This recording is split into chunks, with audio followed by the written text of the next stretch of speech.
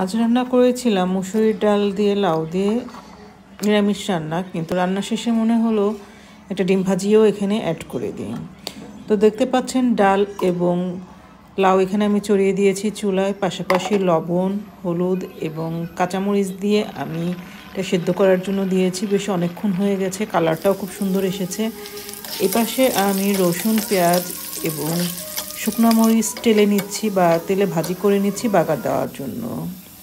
বাগারটা দিয়ে দিচ্ছি। আমার রান্না মোটামুটি হয়ে এসেছে, যেহেতু লাউ আর একটু সিদ্ধ করতে হবে, আমি লাউটা সিদ্ধ করার জন্য দিয়েছি। অন্য চুলায় আমি ডিম ভাজি করে নিচ্ছি। ডিম নর্মালি আমরা যেভাবে মরিচ পেঁয়াজ দিয়ে ভাজি করি সেভাবেই ভাজি করে নিয়েছি, নিয়ে আমি ডালে দিয়ে দিব। এবং এই ধরনের নিরামিষ রান্নাতে আপনারা একটু ধনিয়া ও জিরা গুঁড়া এখানে দিতে পারেন। টেলে নিয়ে একটু ব্লেন্ড করে বা পাটায় একটু গুঁড়া করে উপরে দিলে খাবারটা অনেক ভালো লাগে। আমি একটু জিরা গুঁড়া করে নিয়েছি এখানে, নিয়ে আমি এখানে ডালের উপরে দিয়ে দিচ্ছি। এখন কিছু সময় ফুটিয়ে নিব। আমার রান্নাটা অলমোস্ট শেষ হয়ে গেছে।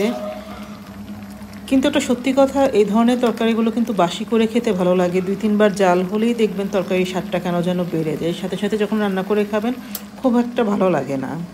আজ আমার এখানে ছিল নিরামিষ তরকারি এবং কাতল মাছ ভাজি।